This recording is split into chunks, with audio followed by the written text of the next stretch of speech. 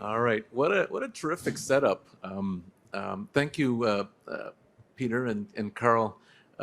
Really provocative thoughts and energizing comments from both of you. Fantastic. They're over there cheering.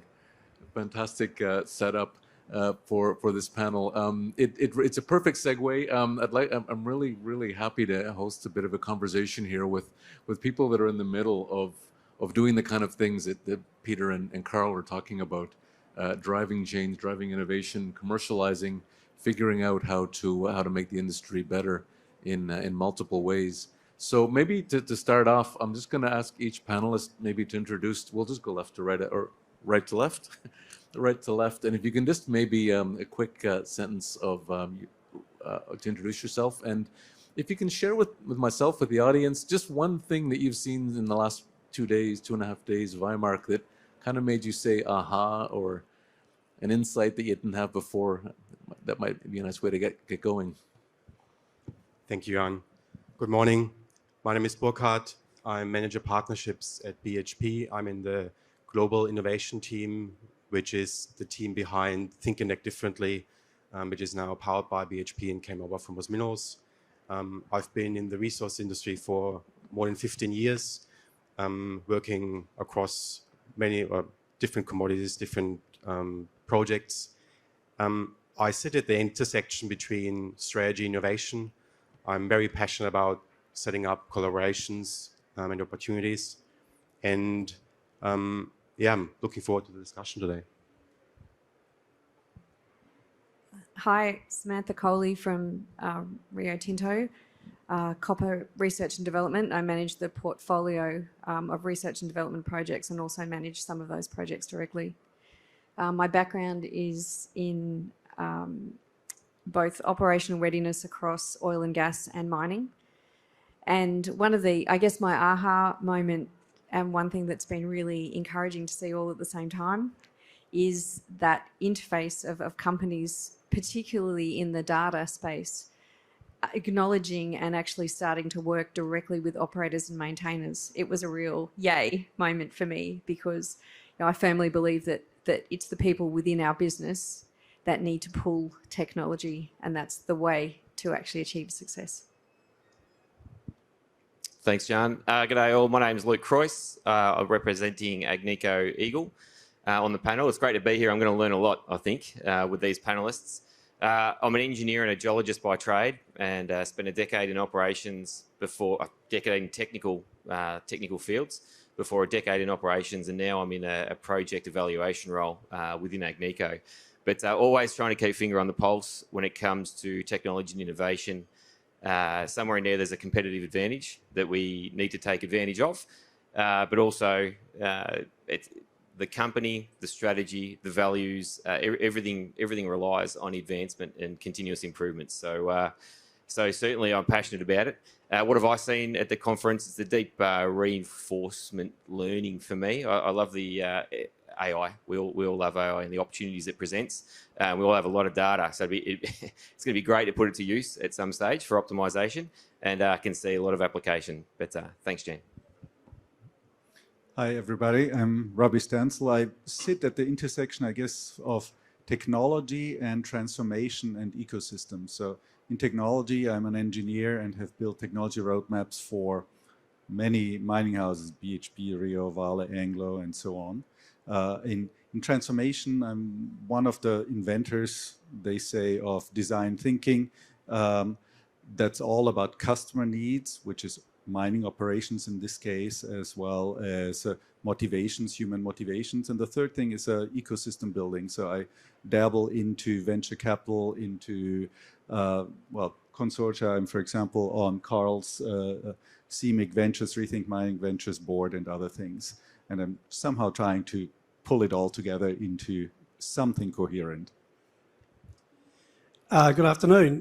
My name is Charles Gillies. Myself and two other colleagues, we started a mining investment strategy and have become part of Resource Capital Funds, who many of you would know are a very large private equity investor in mining projects. We are the innovation arm.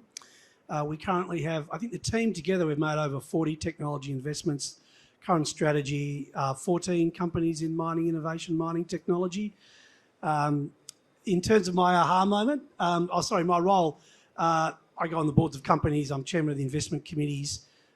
So, yeah, very much involved in the investing part. In terms of my aha moment, I probably not so much an aha, but more it's been very heartening to see the focus that exists on innovation and trying to make innovation better and work better for the industry, for the mining companies, but also for the companies that are innovating. So I think that's been a really positive thing.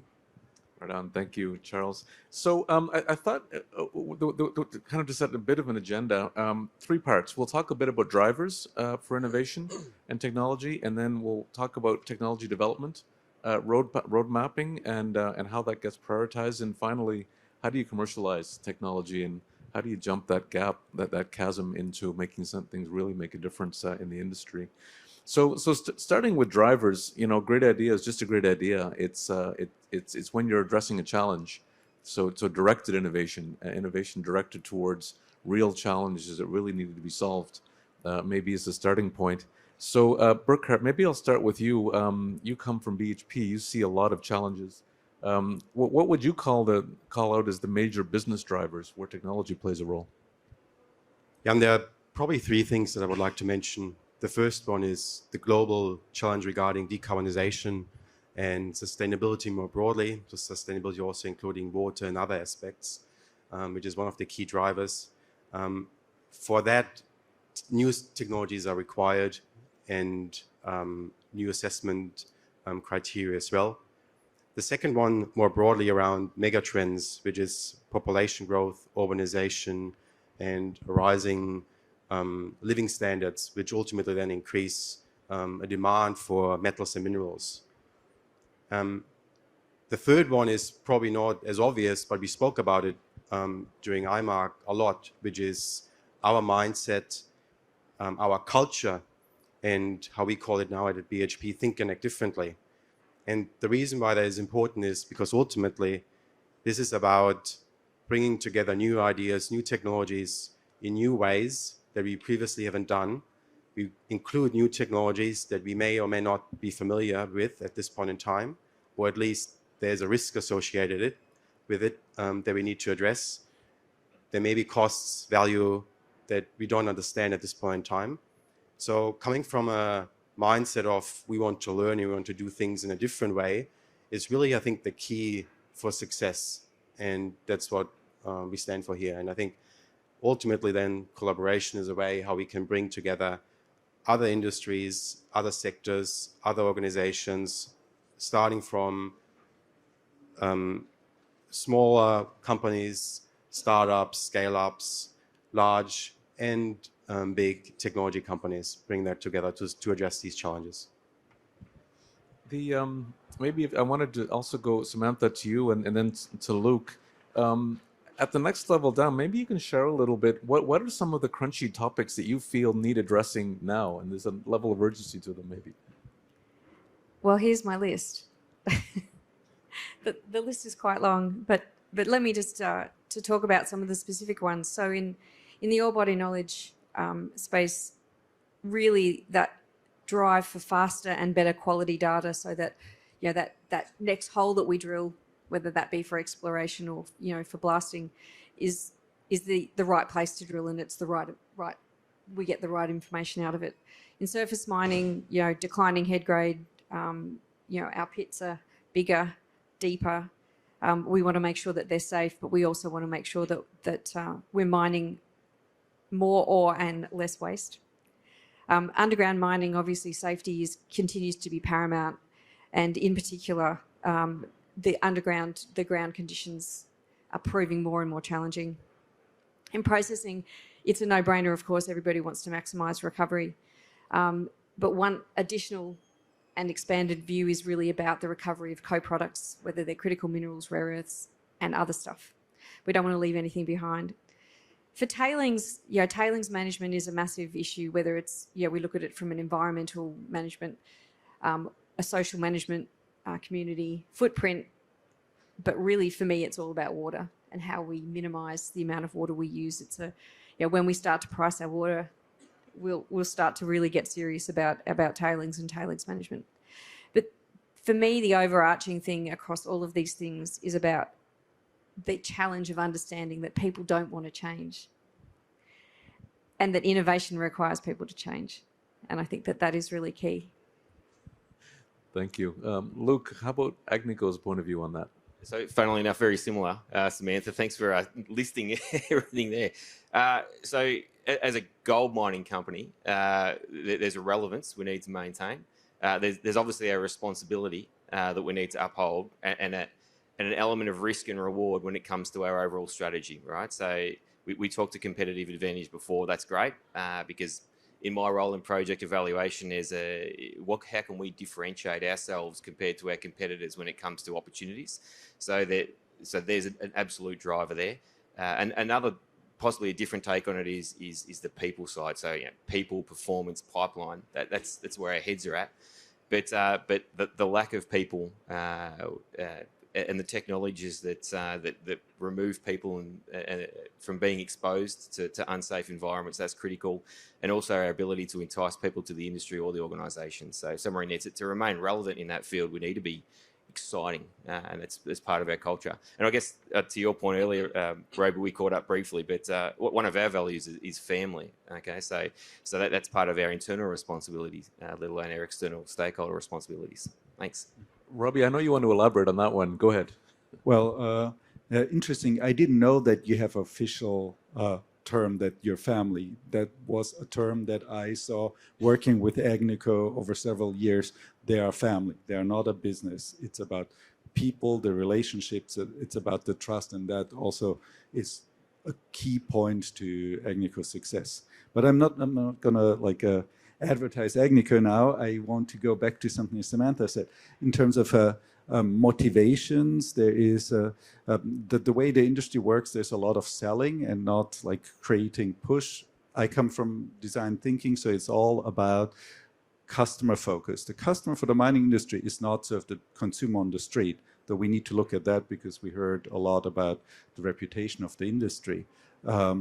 People still gonna buy the phones and then they complain about the mining industry. But it is about operations and what the operational needs are. Any idea, any technology needs to originate in the customer's needs. And if we go through that, the issue, of course, is we are at a crossroads and we need serious disruption. This disruption will be very uncomfortable. And a big other customer group is simply any employee of the mining houses. If I see the power base, meaning the 20 years of experience I have in this area, threatened by this new thing, I might logically believe that this is necessary, but emotionally I'll be so scared to go that direction. So any part of any innovation needs to be to first create a comfort around the new thing where everybody can recognize their spot in this new world that looks at least as good as the spot they're having right now. And the more important the people are, the more that sort of rattles at the foundation of their power base. And that's basically what we need to address, which is a lot more work than the technology bit. The technology roadmap, that's like 5, 10%, 90% of that is the transformation part. And well, we can go into a lot of details on that.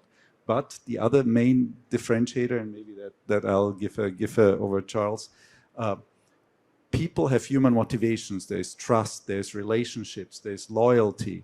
A company is kind of like a person. It goes through the same life development from a startup to a mid-level to sort of an old dinosaur. The one thing, however, that's different is a company is a business construct. It only knows money. So any touchy-feely motivation and trust thing for a company needs to be translated into some kind of dollar value. And that gets at the core of why it is so difficult in mining, because certain soft factors you cannot translate into hard numbers that you can explain to your board and investors. Why don't you pick up, Charles? Yeah, sure. So we were talking a bit about this before we came on stage, but in terms of our priorities, I think what we care about is actually what the three guys on my right, think about, because they're the miners, and the miners are the customers, and the customers buy the products that our investments want to sell to them. So for us, it's, we need to understand what are the challenges of the mining industry, what do they care about, and that actually informs us when we're making investment decisions. We like to be in a position whereby we understand what the challenges can be. We like to, when we do due diligence on potential investments, we talk to people we know within the mining industry to make sure that actually they're solving a problem which is important, which is a valuable problem that needs to be solved. And I think the issue of value for us is incredibly important, and reflecting on the fact that we're an investment fund, so we are very focused on financial return because that is what our investors expect from us. And so in that respect, we do spend a lot of time quantifying value, making sure there's a proper dollar value for that. And if we see opportunities which might be good ones, but the quantification of the value is a bit difficult to determine, it's probably not what we would favour, because we really want to focus in on things. Because if you've got a good dollar value, it means you can sell it, because you'll go to the mine managers here and say, we'll save you, $1 million a year, $10 million a year, and that's going to get their attention. So I think that's something that we do tend to focus on. I'm going to make one slightly different comment to you in terms of innovation. Is I hear your comment about the need for there to be revolutionary and uncomfortable innovation, and I think there's a lot of truth in that. I think if you're trying to sell to a miner, which again our company did, that's a pretty hard game to ride to hoe. So we do tend to focus on working within companies and looking at what can be achieved in a 3 to 5 year time frame, rather than say a 10-year time frame. And given my economics training, I would say, I know we talk about big long-term changes and significant reductions. Well, my economics training would tell me that the long-term curve is just the sum of the short-term curves.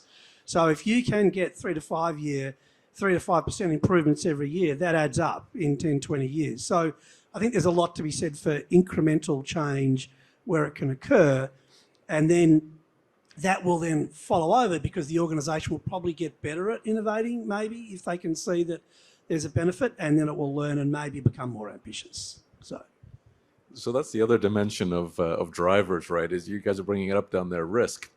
So there's a balance of we're driven to do all kinds of interesting things, and I want technology, and I want to do better, faster, cheaper, but there's a risk in getting there.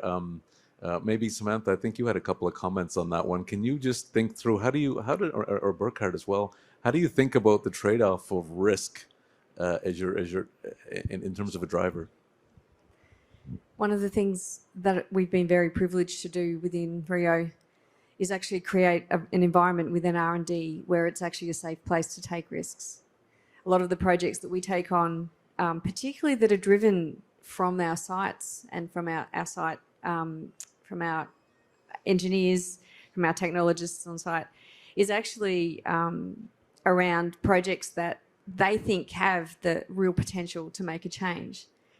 But their businesses who are very tight on their operating costs, they look at them and they go, ooh, yeah, we don't think that's great. There's a fair bit of risk associated with it. And we say, come to us, come and talk to us about it. Tell us about what you see the value is this. And it may not be a 2-year payback, or it might be, let's go and do some proof of concept work. Let's go and do some demonstration or some trial work, and use that as an opportunity to actually show the business that there can be value in some of these technology projects. We have a very large portfolio of small to medium-sized projects within our group, and many of them, probably more than 80%, actually come from the business. That pull from site saying to us, hey, we want to do this work, that's where we get the best success. Burkhard, what do you guys think about risk? I know we have got a few representatives from technology companies here in the room, and I wanted to share some thoughts around decision-making within the broader sense of like developing new projects in mining value chain. So the way how we think about technologies is exactly what you said, Samantha, around assessing the opportunities and understanding the value proposition. For the technologies companies, like, you need to understand that we have got a range of options that we can assess, and their range of interactions and interfaces to other parts of the business that we also need to consider. So I would encourage us all I think to think about those interactions and the interfaces and what it means if you change one part of the value chain, what it means upstream and downstream. Technology companies come to us and say, well, look, I've got this technology that can increase recovery by X%. I think that's great. The challenge that we have in order for us to really go ahead and sprint forward is that we need to see how it fits into the broader operational processes and parts. And we sometimes forget that. And I would encourage us all to think about that more and bring forward the value proposition and the interactions and interfaces. But what you said exactly, like we need a safe place where companies can approach us and learn with us together. And I think this is what Bio has. Every mining company has got an innovation team, and so does BHP. So That's an excellent comment. And a mine manager once told me very similar. He said, unless this addresses a bottleneck or it reduces OPEX, I'm just not interested. It might be great technology, but it's not going to help me if it's not a bottleneck type topic. I'm just looking. Does anyone else want to comment before we kind of move forward? I would say one thing about risk, and this was early on when we were developing the mining innovation strategy, was that we went to speak to a number of mining companies who were doing innovation and actually investing directly in portfolio companies to try to get solutions. And it actually didn't go very well because the mining companies aren't so good at doing that, as it turns out. And the comment that we had from a particular manager, he said, look, I just want to buy a product out of a brochure. You know, I don't want someone to come with me with a great piece of innovation, but it's not fully formed yet, that has certain elements in it which aren't quite right. I just want a product, you know, that's kind of going to work. And I think that is one way to manage risk. Is that if you're never going to completely de-risk anything. There's always going to be risks associated with it. But the more you can productize it, and the more a company can be a good supplier to a mining company, particularly if they're a small one, which are what a lot of the fast-growing METS companies are, you know, they have to be a good supplier and have to de-risk as much as possible. You can't take it out completely, but you can make it a lot easier. And some early-stage companies don't quite grasp that the companies actually want a product. They don't want a research project. So I think that's something you've got to try and work on. That's the crunchy end, exactly. Luke, you wanted to pile in? Only briefly. So nothing ventured, nothing gained. You know, the step into the unknown, it does come down to the culture of the organisation, doesn't it? That leap of faith. And sometimes you do embark on a journey because the vision is out there. We do have an organisational need for something, and the path is being developed as you start taking those steps, right? So as long as you can live with the worst outcomes and the opportunity is potentially exponential, then culture, people, opportunity, sorry. Okay, so now let's try and move a little bit forward towards technology development and roadmaps and running portfolios of technology development. You know, there's a whole bunch. It's actually an exciting time to be in the mining industry. We have so many new challenges that need to be dealt with, and technology is an enabling part of dealing with these challenges. But you need to kind of make sense of that, and you know, just to frame it in a different way, we've got, just outside the room here, a hall full of innovative technology companies with ideas that they've thought up in some way, and they're hoping that maybe there's a market for this somewhere. Now, Samantha, beforehand, you and I were discussing, there's a bit of a push-pull, right? What is your view? What's the starting point of developing the pull so that technology companies can be on the right path? It's a great question, isn't it?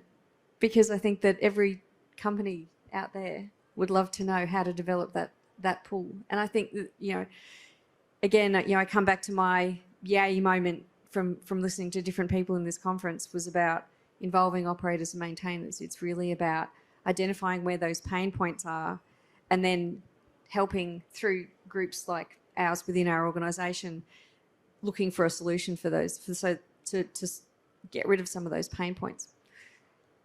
That works where you've got a pain point and you've also got some established technology. And I think that there's different approaches depending on the type of technology that you're looking for and the different level of development. And I think that, you know, coming back to what Carl was saying earlier, there's a great opportunity where there is less development and there is more of that push to say, hey, we've got this great idea, is actually to look for those industry collaborations. So the approach is really different. And I think that creating the pool comes from both the push in the early stage, but the pull from the pain in the organisation. Burkhard, just building on that. So I know a part of your job is to try and distill amongst many, many, many ideas, which are the best ones and which ones go forward. How do you manage a technology portfolio? I wanted to touch on what Samantha said around collaboration as well, and then talk about the push and pull and elaborate on that.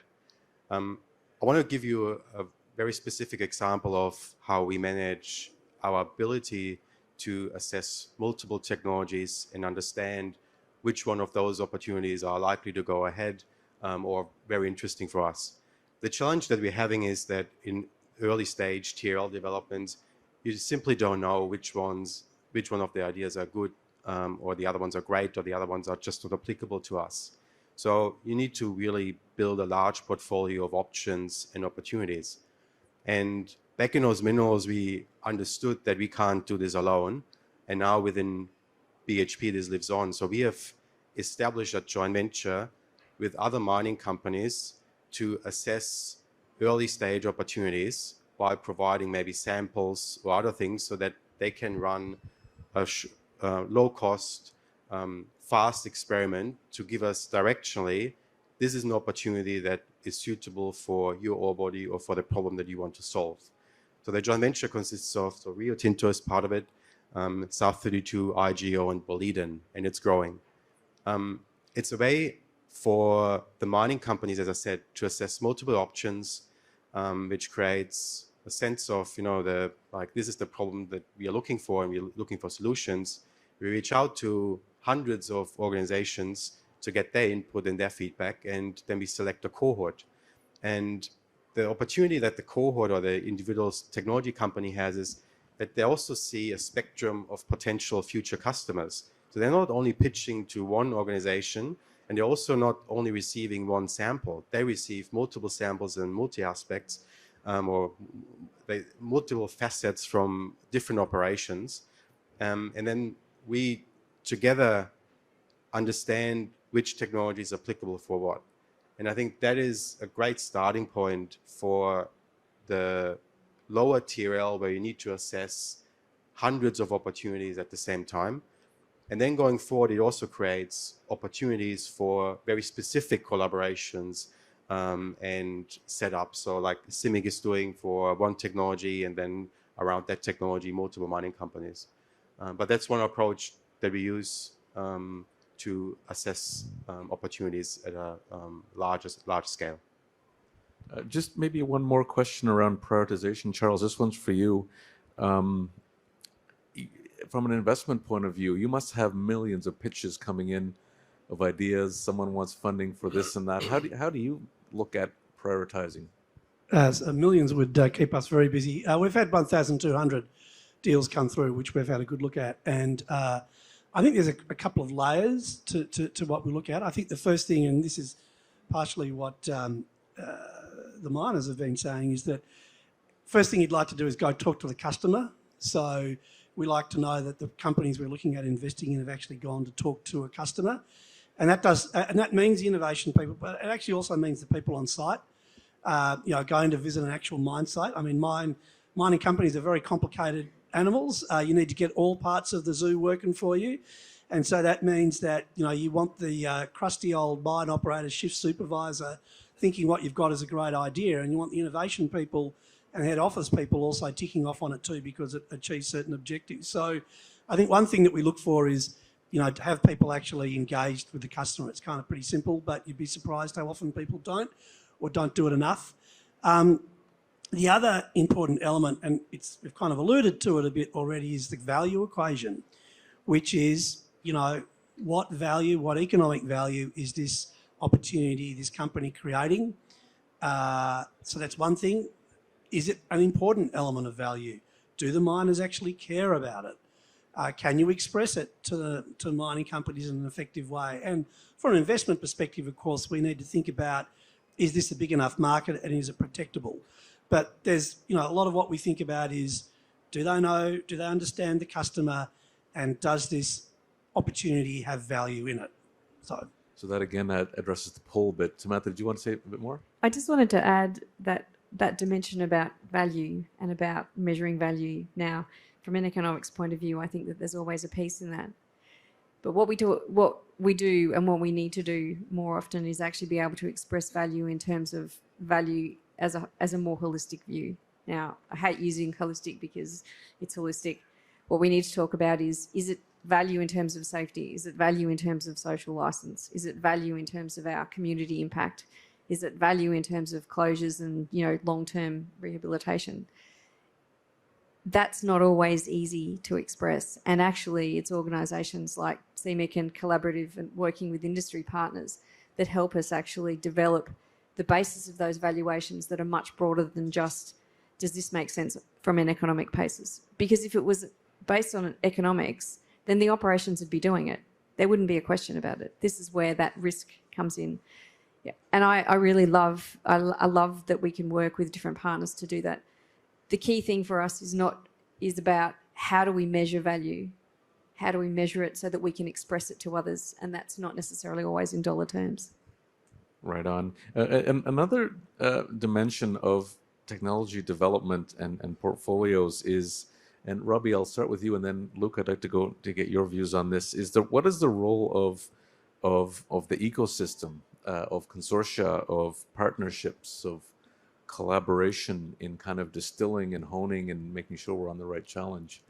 Maybe your thoughts, Roby. Yeah, I guess if I start with, again, the operations being the customers, and as you said, Charles, they're interested in TRL 9, maybe not 9, 10, 11, right? So like they really don't want anything unfinished, and that is a given. So the companies, however, have many stakeholders in there. It's not just operations. There's of course the technology team, there's strategy, and so on. So the early TRL stuff is around basically the strategic direction of the company. If I do a corporate venture fund, I learn a lot about what's out there and which direction it's going. So there's value in that. In the middle, there might be something about differentiation from others, and for example, the startups are a talent pool I can pull from, and things like that in there. So each of these stages has different motivations, but the whole ecosystem not only has the miners, it also has the startups, and then I'll put on my VC head. The startup, of course, apart from the fact that the origination, the idea needs to come after the need, then of course the startup is looking for funding, and it really hinges all around visibility. So visibility gives me access to piloting opportunities, gives me access, of course, to the market and to additional funding. And the third angle on this is the venture capitalists, where in the beginning I want a good deal flow, then I want sort of the potential for any of my investments to be unicorns, if you will, so that they pay for all the other ones that are not going to make it. And in the end, of course, I want successful exits, because otherwise I don't build a reputation to fundraise for the next bigger fund, right? So each of them has this cycle, and that's, you need to keep everybody's motivations in check. And there's a few interesting tensions. Let me just touch on a couple. The visibility that the startup needs is not necessarily something in new technology that the mining house needs. The mining house is about reputation, about stability. Imagine you put in a technology that then, say, kills people or stops operations. That's the worst thing. So what the startup really wants is something that the mining house really doesn't want. And so ecosystem and consortium can manage that, because the one currency is very cheap for the one and very expensive for the other one. The other one I want to touch on is speed, and that is the ideation speed and iteration speed for the startup is immensely better than in a large company. But the implementation speed, well, the big mining house doesn't have to set up value chains, distribution, sales, marketing. They have all that, so therefore the right combination, and that's where ecosystem comes in, can make the perfect combination of this. So I used the startup for the first TRLs for that speed, and the mining house then can help with the other one. For example, by not having to spend months and years trying to find pilot opportunities, because if I collaborate with that mining house, hey, we want to pry it out of your hands. You don't need to spend time of that.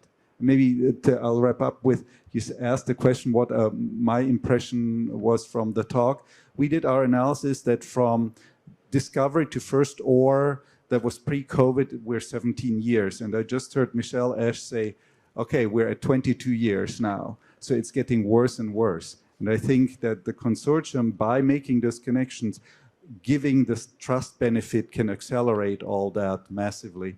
And that's certainly something we need, whether it's in juniors as startups as well as technology startups. Luke, your thoughts, and also if I can tack on a supplemental question for you, what's a good partner look like? Thanks, Jen. That's great. So the ecosystem, it's symbiotic. We have constraints. We have capability limitations. We can't do everything ourselves. We have resource constraints. So we absolutely need. There is a time and place for consortia, and I know the CMIC and Rethink and our engagement through those processes. It is the enabler for us. Sorry, what was that? The last question, Jan? Sorry, mate. I was just thinking. Well, in participating in an ecosystem, participating in a consortium, participating in collaborative development, what does it take to be a good partner? Yeah, okay. So somewhere in there, there's an understanding. There's no doubt about the business that we're getting into and what the business needs are. Responsiveness is important. It's great to be part of the development and not having to change a product that or adapt a product that doesn't necessarily suit where you're at. So, sorry, I don't know if that answers the question there. Go back. Anybody else? Charles. I was actually going to add something, and not to slightly controversial. Often when we are approached by large mining companies about how they could be more innovative, one of the things we say, and it's sort of a joke, but it's not, is they could be a better customer. And often you will find, particularly for small, fast-growing companies, that dealing with some very large existing miners, they get treated like they're Komatsu or Caterpillar. And, they get told that they should be cutting prices because it's actually an honour to be doing business. So this sort of procurement area stuff that happens. So sometimes if you want there to be innovation, one of the best things you could do is to actually be a good customer to smaller companies, have decent payment terms, and make sure that you actually behave appropriately and don't treat them like they're Caterpillar, who may well deserve that treatment, I don't know, but they're just different beasts. So. Right on. Okay. Now the third segment here. I'll just start by Peter, a comment you made, which I thought was actually a comment on what Peter Bevan said. I thought it was brilliant. So why is it so hard to get technology innovation going in mining when we do it all the time in exploration, which I thought was quite insightful. Pushing things through this pipeline of development through the TRL cycle to eventual commercialization needs a lot of stars to line up and work right, and there's a natural sifting process that happens. So I'm curious now about models for helping accelerate because on the other hand, mining has a challenge. We have to accelerate the speed of development. We need to do it at scale and fast. Charles, if maybe you can start, but I'm curious if anyone wants to jump in. What have you seen? What is the way that we can accelerate technology development and commercialize it faster? It's a tricky question, and I see we have about 12 minutes left to go, so we probably will only get over a little bit of this. But what I would say, and some of the themes I think we've been talking about, is make sure that you're innovating on dimensions that are important to the customer, and that's the mining company. So understanding what their challenges are is important.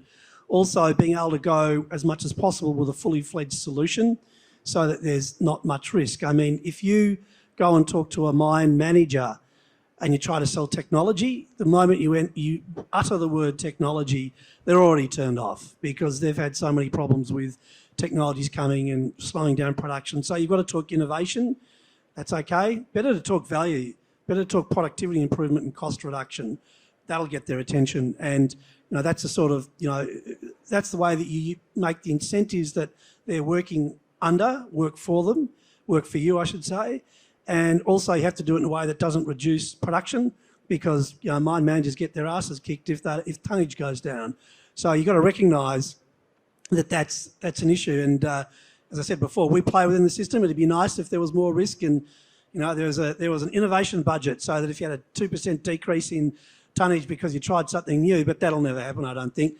So I think we play within the system and the innovation and the incentives that exist, but you've got to understand what they are. But yeah, it's always going to be a challenge. It does happen. Sometimes there are the courageous leaders out there that are willing to take a hit for the not necessarily the greater good, but the opportunity to develop, right? But there has to be a need. We have to understand what the industry needs, because without that need, I think we can probably all throw some examples on the table where we've got an idea and it's a great concept and it can work, but the underlying need isn't there. The capability of the needs don't line up. So we're not scared of disruption. I think we can all say that. We all want disruption. We all want to advance. We all want to improve. But we just have to find the need and match those up. So I think when we think about the stages for technology development from low TL to high TL and then to integration, each of the steps that you're going through is always associated with decision making in the mining house and also the technology company, and the level of certainty that you have that's associated with the decision that you're making. So I would argue the case that in the lower TRL, we're all focusing on the technology. The higher the TL goes, the more the other aspects will be more relevant and need to be considered as well. So it's not only about the specific technology and where it sits and what the value is. I think it's the broader value and, as I said before, the integration. I think we understand when we integrate new technology, we don't want to impact production, safety, and other things. In order to do that, we need to understand where it fits. I think we all would be surprised how fast mining companies can move once that decision is made, and we are committed to going ahead. I think that is like what from the years in mining, I've seen that once we are committed, we go ahead and we can be really fast. It's just a matter of getting the information, the certainty to the right level, and being comfortable with some of the risks that are still associated and that are not only related to technology. Samantha, you made a similar comment earlier. Can you elaborate a little bit? Why is it so hard? Well, there's a thing that we call innovation readiness within our team, and it's the operational readiness approach to new technology and the introduction of new technology. And it's a small part about the technology, and it's a big part about the people and the processes and the systems and the integration of new technology into the business. And it's my passion, I have to say. So I won't go on too much about it. But what I will say is that one of the key things that underpins successful innovation projects is partnerships. So we talked about low technology readiness projects or ideas. Those partnerships, those early engagement with users, people on the ground, the actual users, the people who are going to be impacted by this is absolutely key, so that we actually understand those real and true operating environments. But just as important, when we have higher technology readiness and commercial products that we are using in a different environment where they haven't been used as much, is actually those partnerships are just as important. Because Luke, you mentioned the skills and not having enough people. Our suppliers in this scale-up, environment, especially with new technology, and in particular industries like battery electric vehicles and electrification, there just isn't the people. And what's really key is to be open and honest about it. Adopt an innovation readiness approach, which is to say, hey, we're not mature at using this new product or this new approach, this new technology, and we need to learn and build that capability, capacity, and also that integration into our business, and we need to do it together. So there is a difference in approach, but I think that it's really underpinned by that innovation readiness piece. I like that comment. You know, I think the next segue, you should keep the microphone there for a moment, Samantha. The a little bit different direction now in building a business case and building value. I'm curious your view on how financial value, social value, environmental value, how those kind of interact in building a business case. And then Charles, I want to hear what you think about that after. So really, it's about help me to measure what success look like. And that isn't just dollars, it isn't necessarily just dollars, but it's about understanding how we can actually measure that value. As I said, for us, we're very lucky we have a safe place to try things and to fail. What we look at in terms of that value is it may not give us the value, but if we've tested what we needed to test and we can come out the other end and go, hey, that worked for us, hey, that didn't work for us, but it might work somewhere else or for someone else, that's also great. But it's very much articulating that value piece, not, you know, and it could be social, it could be in risk mitigation, it could be, you know, major hazard reduction. You know, understanding those pieces and being able to articulate that well enough so that we can actually move forward is a key thing, and that really helps us in getting good buy-in and ownership from the business. So I can smell misalignment. So I think that, you know, ESG is very important, of course, and you know, we as a firm have signed up to, you know, various reporting things, and that's important, and we do take that seriously. I think though, if you're a Mets company which is growing fast, it's about economic value, and it kind of has to be, because the other aspects of value which mining firms do think is important, and they live those values, someone has to pay them for it, otherwise you can't really build a business. So from an investment fund perspective, we are very focused on the economic value that can be created. Fortunately, at the moment, on the good side, is that, you know, a lot of the companies that we're seeing are doing a lot around reducing greenhouse gas emissions, which is a pretty important value, because actually it means less energy usage, which is a general benefit. So we can feel happy there that there's alignment between value and otherwise, between value and economic value. But the other stuff is important, but for people building businesses, if your mining companies want to pay us for it, then that's great, but they don't always. So then it's something the mining companies probably have to do and not necessarily expect the market to provide.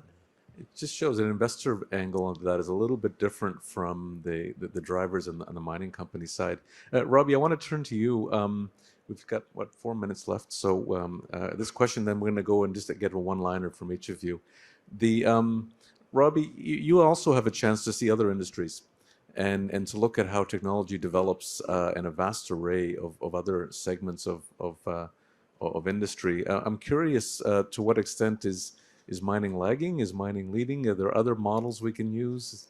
Your reflections on how things get technology gets commercialized in mining. Well, I mean, it depends on where you're looking. If I look at oil and gas, I see Maki sitting there, is light years ahead in some things, remote sensing, those kinds of topics, or pumped transport. Okay, oil is liquid, so that's an unfair advantage, but why are we still driving these huge trucks back and forth where one pipe with the crushed material could replace all of that sometimes, right? So I would certainly look at those industries. There's niches almost, but for example, pharmaceutical and food industry, they have topics like enzymes covered, and in mining we're just starting with that. There's a lot of very interesting technology that actually can alleviate the problems that we cause with, you know, the chemicals we're using, those kinds of things. But it's not all good. I mean, if I look at, I do a lot of work in the automotive industry. Historically have worked with, well, most large automotive companies. They look at this and say, oh, the mining industry, they're worthless. It takes forever. We're going to open our own mines. And it's not only Tesla. But what they don't realize is they live in an industry that's perfectly controlled. There's no variability, right? There's a climate-controlled factory here. That's like, you know what? Go into mining, good luck.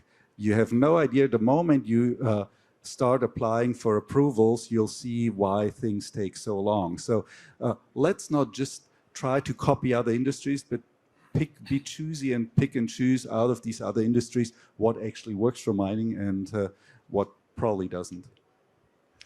Right on. Okay, thank you. So just to wrap up, maybe in the last couple of minutes, just if I could hear from each of you, if you could just share what your one takeaway maybe is from the discussion. Maybe we'll start at this end and move that way. What do you think, Burkhard? Yeah, in summary, I think key is that we all together think and act differently.